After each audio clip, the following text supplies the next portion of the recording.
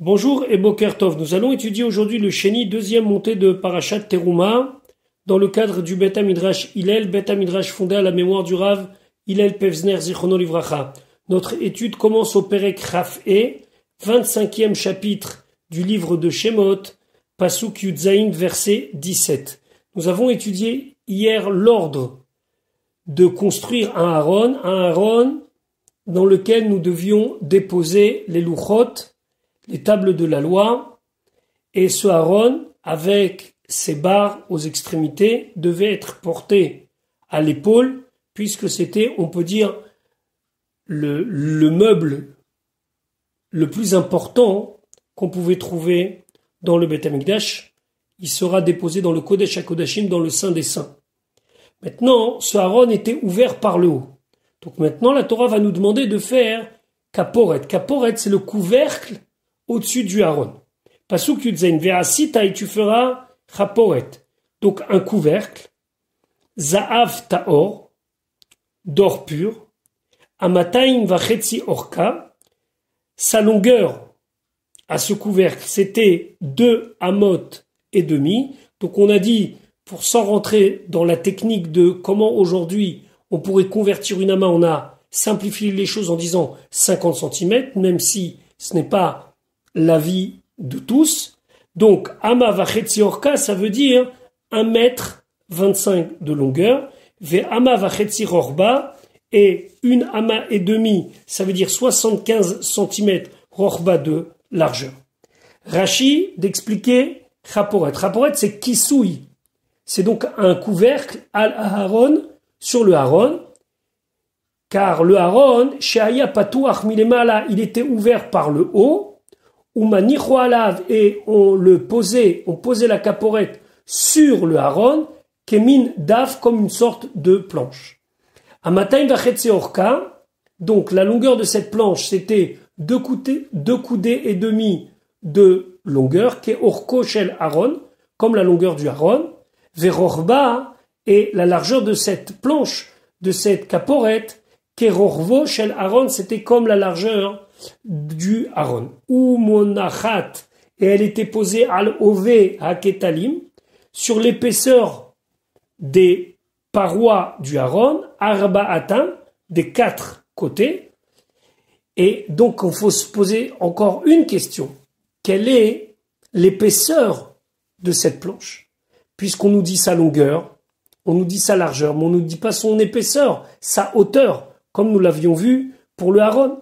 Afalpi, malgré chez l'Onatan Shiur, qu'on ne nous a pas donné de mesure, les ovia, concernant son épaisseur, Perchou, Raboté, nos chachamim m'ont expliqué, Shaya ovia tefach, que son épaisseur, c'était un tefach. Tefach, c'est une mesure qui est traduite souvent par palme, mais qui désigne 4 doigts du poing qui sont fermés. Ça correspond, et encore une fois, on va simplifier les choses, à environ 8-10 cm. Pasuk Yutret. Ve'asita, et tu feras shenaim keruvim zav, 2 chérubins en or. Miksha, battu. Ta'ase otam, tu les feras. Mishne ketzot akaporet, des 2 extrémités de la caporette du couvercle. Alors miksha, ça veut dire quoi? C'est qu'on prenait un bloc d'or et on travaillait l'or pour y fabriquer 2 kérouvim du bloc lui-même. Rachid expliquait c'est quoi des kérouvim. Dmout, vous savez, une image, partsouf tinok laem, vous savez, un visage d'enfant. Donc, vous avez des ailes, le visage d'enfant et un corps mi-humain, si on peut dire oiseau. Miksha tassé. Donc miksha, ça veut dire battu, ça veut dire frappé d'une seule pièce. Shelo ta'asem bifnatzmam. Fallait pas les fabriquer séparément. Ou techaberem beraché à caporette, et après les fixer aux extrémités de la caporette du couvercle. Les acharasiatam, après les avoir fabriqués. Kemaset sorfim, comme le travail des orfèvres, chez Korim, Shuldritz, quelque chose comme soudé, bilhaz en vieux français. Et là seulement, Hatel prend Za'avarbe, beaucoup d'or, un bloc. Bitrilat asiat akaporet, au début de la fabrication de cette kaporet, de ce couvercle.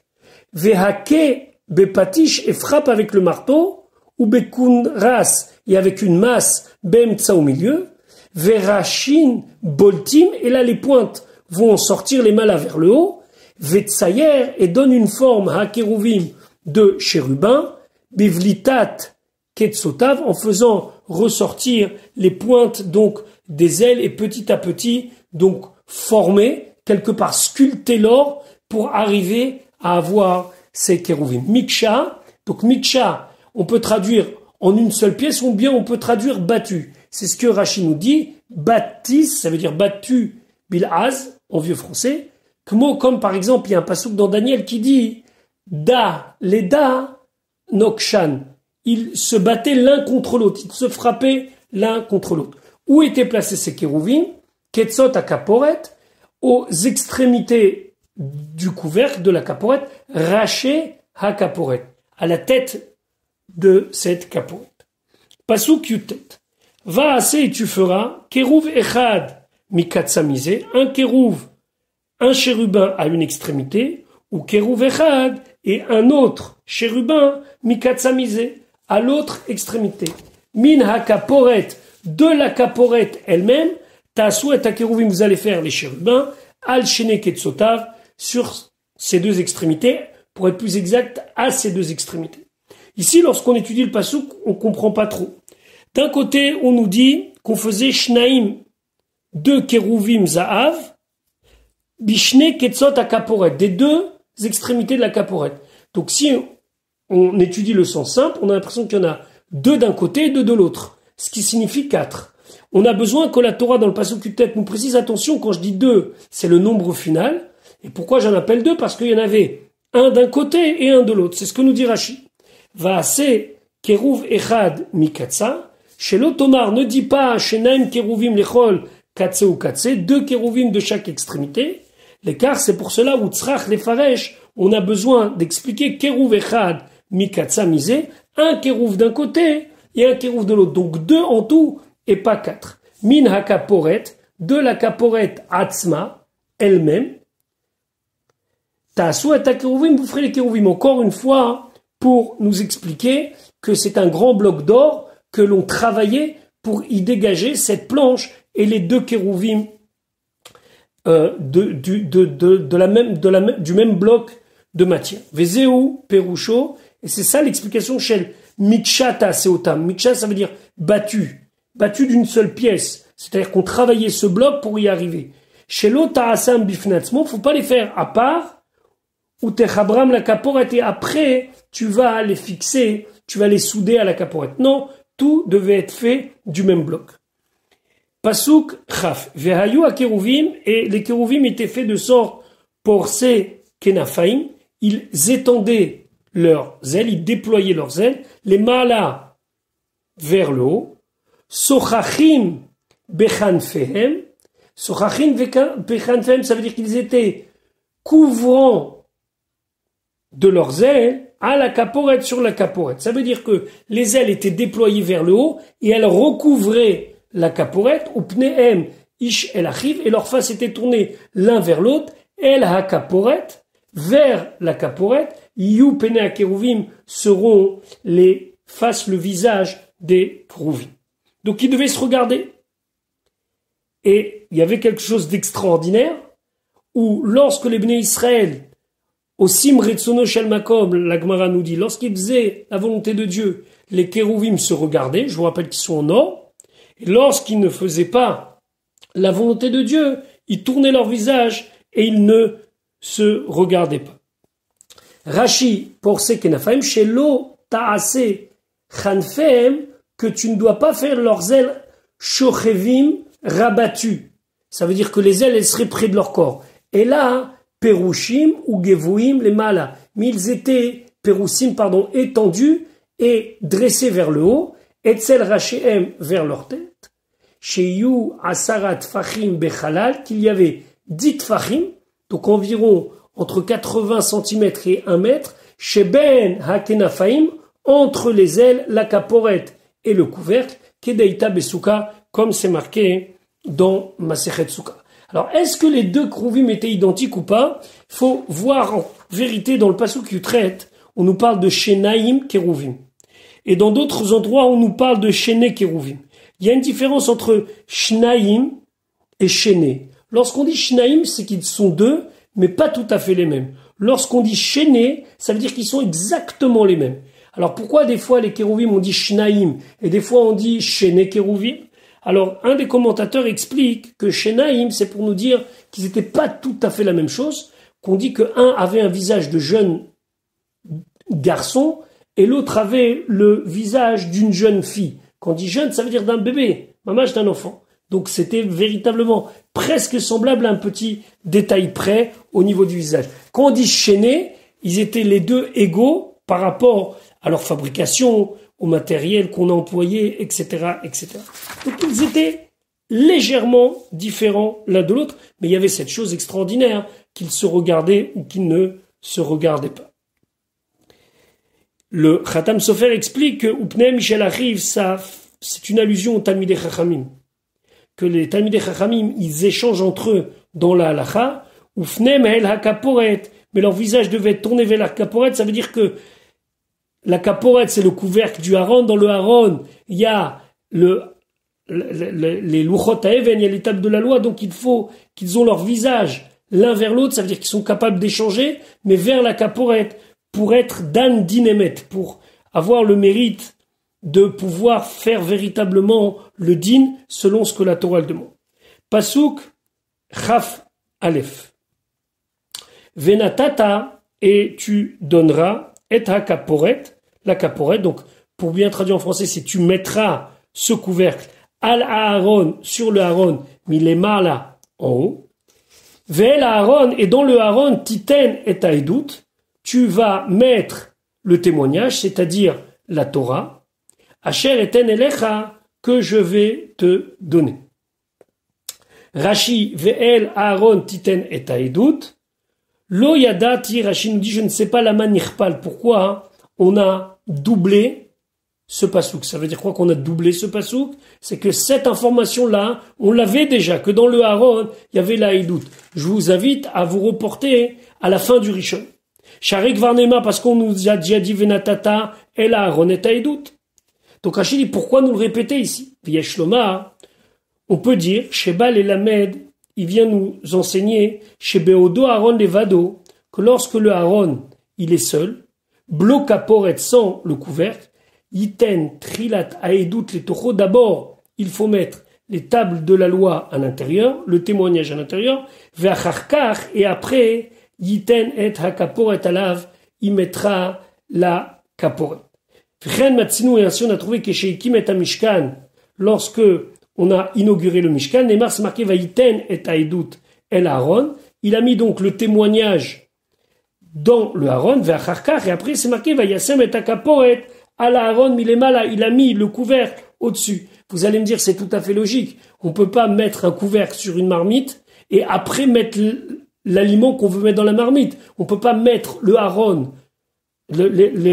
la Torah dans le Aaron alors qu'on a déjà mis le couvercle. Non, mais ça veut dire que même quand c'était fabriqué, on a fabriqué les deux à part et on ne les a assemblés que quand il y avait le Aaron avec à l'intérieur le témoignage et au-dessus la Kaporet. Et on sait très bien qu'il y avait aussi un Sefer Torah qui a été écrit par Moshe Rabbeinu. Il y a toute une discussion, est-ce qu'il était à l'intérieur du Aaron ou bien il était à une planche qui sortait du Aaron? Quoi qu'il en soit, cette édoute, c'est la Torah.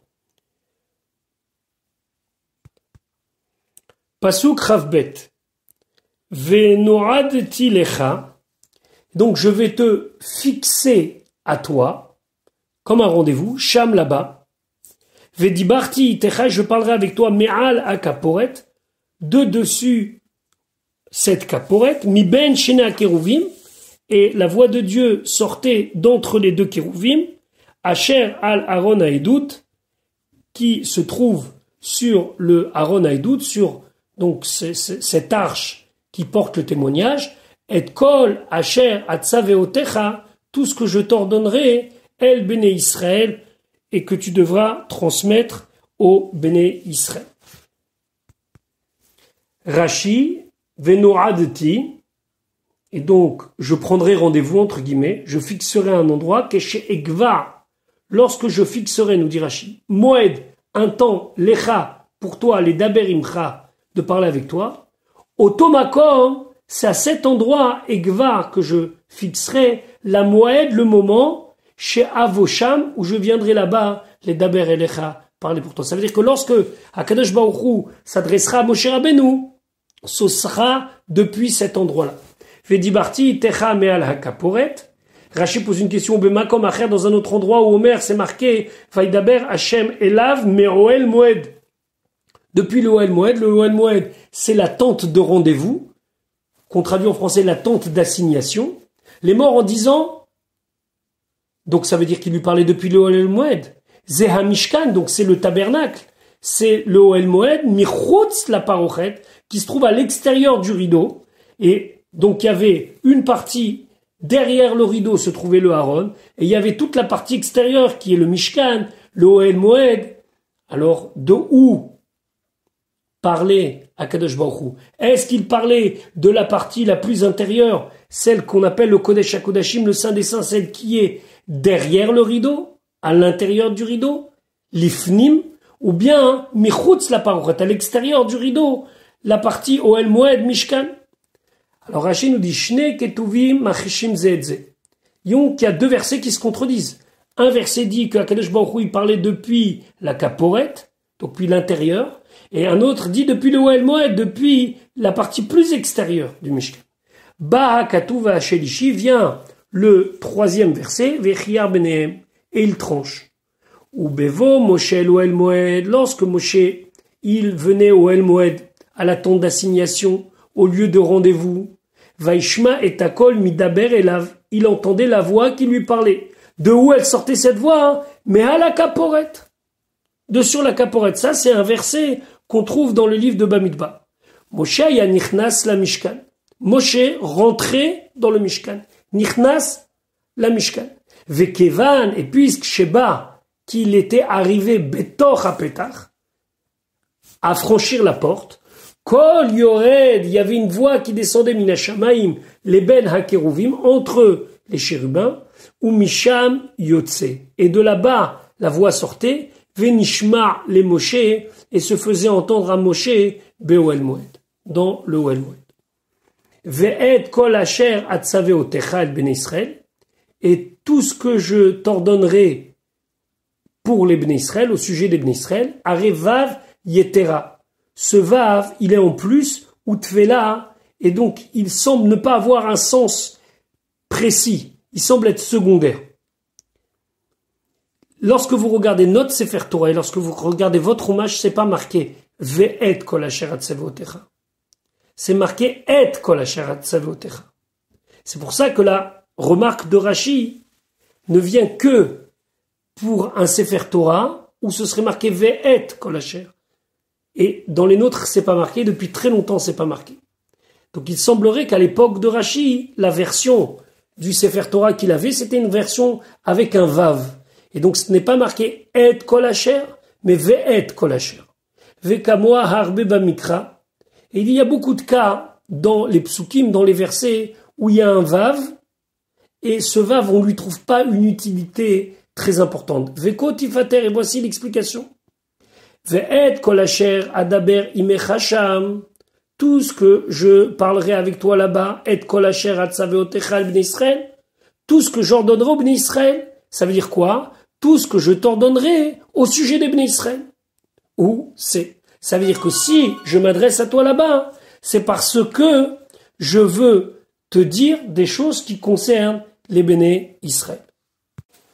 Nous allons maintenant étudier le Shulchan. Le Shulchan, on pourrait traduire la table. Cette table va servir pour y poser 12 pains, ce qu'on appelle le Lechem Apanim. Et le Siftei Kohen explique la raison pour laquelle on a d'abord parlé du Shulchan avant de parler de la Menorah, qui sera le prochain meuble, entre guillemets, que nous allons étudier. C'est parce que le Shulchan représente le corps, représente le pain, représente la Parnassa, alors que la Menorah représente la Neshama et la lumière. Et nous savons que dans ce monde, Akadosh Baruch Hu, il veut que notre corps soit l'ustensile dans lequel nous allons faire briller notre neshama. C'est la raison pour laquelle la Torah nous dit d'abord l'ordre du Shulchan, puis après l'ordre de la Menorah. Pasuk Rav Gimel, verset 23. Ve'asita Shulchan. Tu feras un Shulchan. On va traduire par table. Atse Shittim, de bois de Shittim, donc ce fameux bois de cèdre que les Bnei Israël avaient amené avec eux. Amatai Morko, donc 2 amot de long. Ve'ama Rochbo, et 1 ama de large. Ve'ama Vachetzi Komato, et 1 ama et demi de hauteur.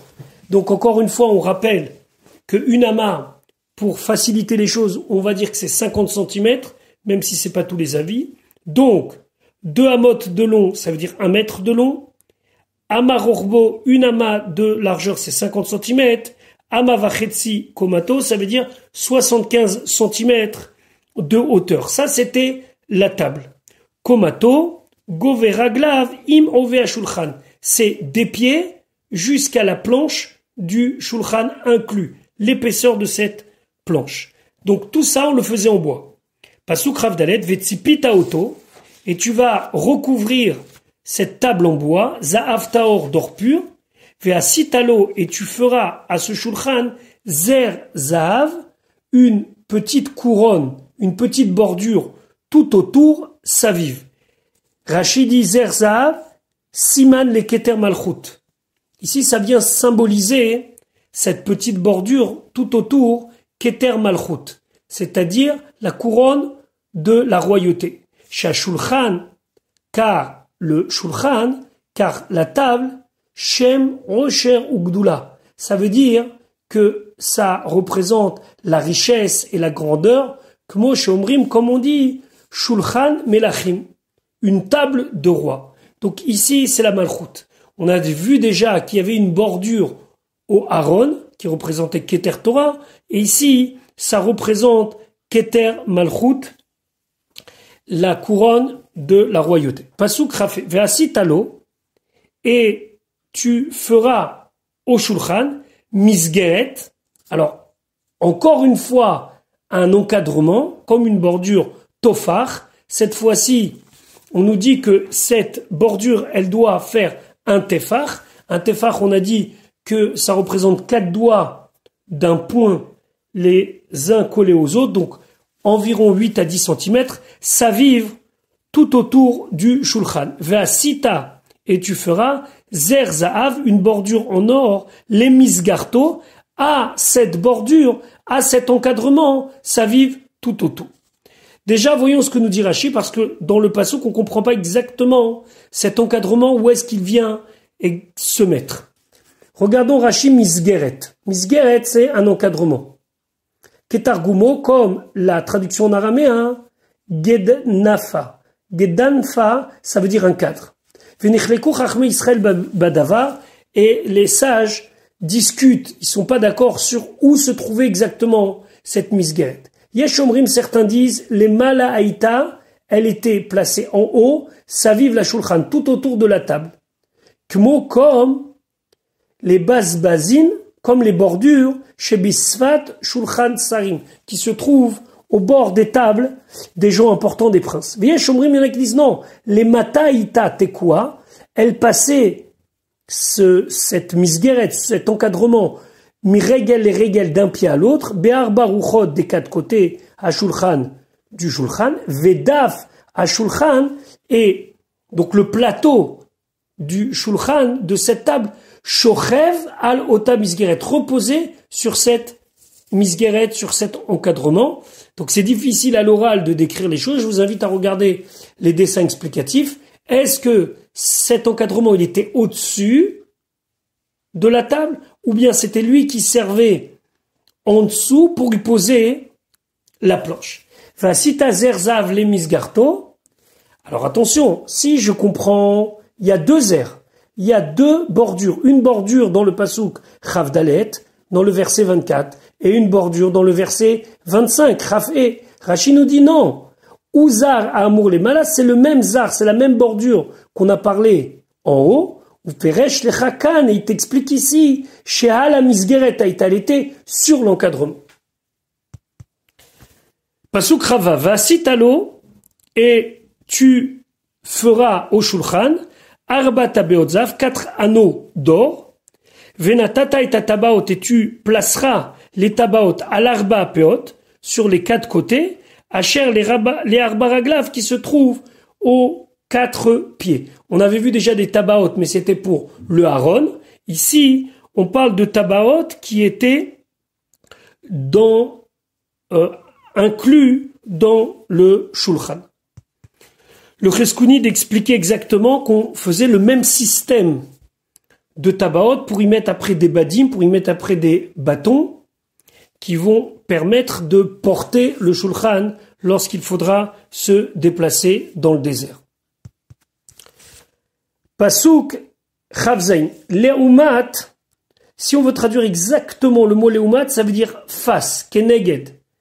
Mais on traduit plutôt à la hauteur. Leumat à misgeret, à la hauteur de la misgeret, face à la misgeret, au niveau de la misgeret, pour être plus exact. Tiyena tabaot, il y aura les tabaot, il y aura ces anneaux. Les vatim, les vadim, à quoi servent ces anneaux? Ce sont des batim, donc ce sont comme des maisons, comme des étuis, ce qui va permettre de faire passer les vadim, les bars. Donc les vatim, ce sont des maisons, des endroits où on va faire passer les badim, les bars. La 7 est à shulchan pour porter le shulchan. Donc Rachid expliquait, Leumat ha-misgeret yena tabaot, ba raglaim, fixées dans les pieds de la table, tekuot, donc elles étaient fixées, keneged racha misgeret, face aux angles, alors pas tout à fait face, mais juste à côté des angles de l'encadrement. Les vatim, les vadim, c'était donc des maisons pour les bars, otam atabaot, ces anneaux, yiyu batim, c'était comme des logements, les achnis baim abadim pour y rentrer les bars. Les vatim, les tzorer batim pour servir de maison, les vadim, qui est targumo, comme le Targum nous dit, atra, un endroit, les harichaya pour les bars. Pasuk chafret ve'asita et badim, tu devras faire à part les badim, donc les badim c'était ces bars atsechitim en bois de chitim, ve'tzipita otam, et tu vas les recouvrir za'av d'or, ve'nisabam, et ve'nisabam ça veut dire le shulchan sera porté, bam, avec ces bars, et à shulchan, le shulchan. Donc si on veut bien traduire, c'est ve'nisabam, on portera par eux, et à shulchan, le shulchan, la table. Donc Rachid nous expliquer c'est quoi ce ve'nisabam, la shon nif'al, c'est un passif ici. Yen nisavam, elle sera portée par eux, par ces bars, et à shulchan, le shulchan, la table. Maintenant, pasuk chaf tet. Il y a toutes sortes d'ustensiles qui vont devoir être fabriqués en même temps que le shulchan. Donc, chaf tet, 29. Ve'asitaï, tu feras. Ke'arotav. Alors, ke'arotav, ça va être une espèce de plat, d'assiette. Ve'chapotav, des cuillères. Uksotav, ce sont des plaques. Ou menakiotav, on va voir que c'est des supports pour placer des choses à chair, yusach ba'em, que on se servira de pour couvrir, za'avtaor en or pur, ta'aseotam, tu les feras. Alors là, il nous faut absolument comprendre quelle est l'utilité de chaque chose. Nous allons voir tout de suite Rashi. V'asita ke'arotav ve'chapotav. Ke'arotav, c'est quoi ke'arotav? On a traduit des plats, des assiettes, mais c'est plus que ça. Zetfous, c'est un moule. Shaya asoui, qui était fait, kitfous alechem, comme le moule pour le pain. Ve'alechem, et ce pain-là, aya asoui, il était fait, kemin teva, comme une espèce de boîte, proutsa, qui était ouverte, mishne ruchotea, de ses deux extrémités. Shulaim lo lemata, donc il y avait le fond du pain, Vekofel, mikan ou mikan, et la pâte, elle était relevée d'un côté de l'autre, klapemala, vers le haut, kemin, ktalim, comme des espèces de parois, comme si ce pain, il avait des murs.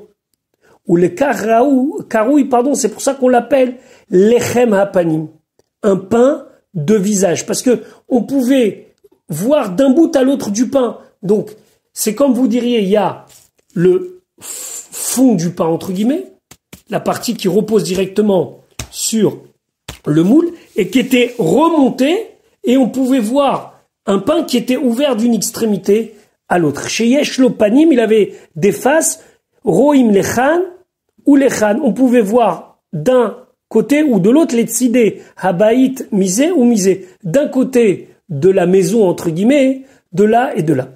Venoten Orko les Rorvo Shel Shulchan, et la longueur des pains était placée dans le sens de la largeur de la table. Ou Ktalav Zekufim Keneget Svat HaShulchan, et donc les côtés des pains étaient redressés contre le rebord de la table. Ve Aya Asuilo, et on avait fabriqué pour ce pain Tfuzav, un moule en or, ou Tfuz Barzel et un moule en fer. Beshel Barzel ou Neefa, dans celui en argent il était cuit. Ou Keshemotsio Minatanour, et quand on le sortait du four, Notno Beshel Zav, on le mettait dans le moule en or. Ad les machar, jusqu'au lendemain. Donc tout ça a été fabriqué le vendredi. Ba Shabbat, jour du Shabbat. Chez Mesadro à la Shulchan. Et là, on le déposait sur le Shulchan, sur la table. Veoto Tfus. Et donc ce moule-là, il est appelé Ke'ara, ses plats, son assiette. Donc il faudrait traduire Ke'arotav, ses moules. Tous les Shabbats, on changeait les pains.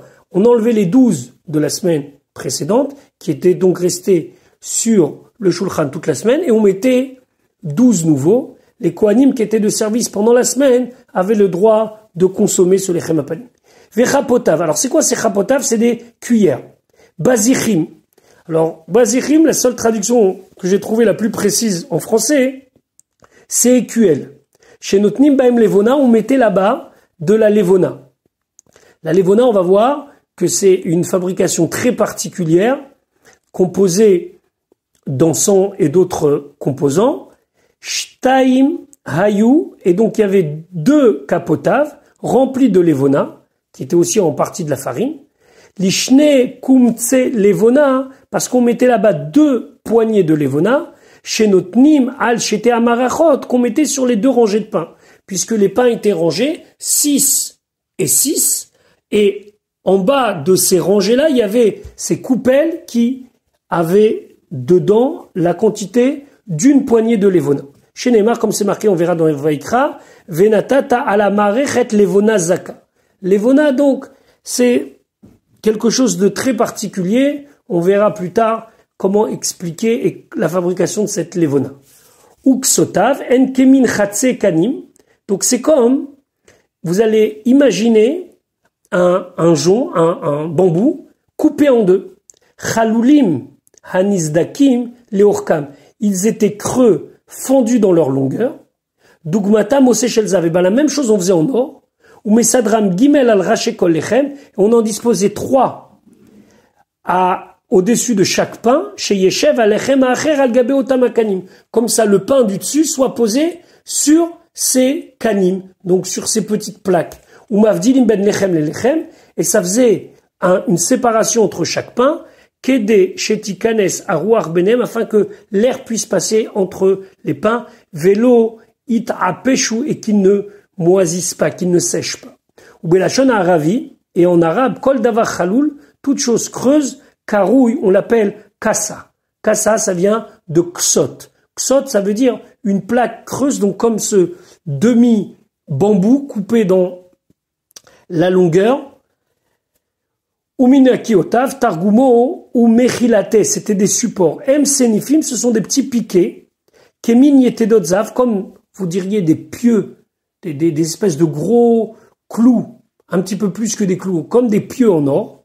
Omdim ba'aretz, c'était posé à terre.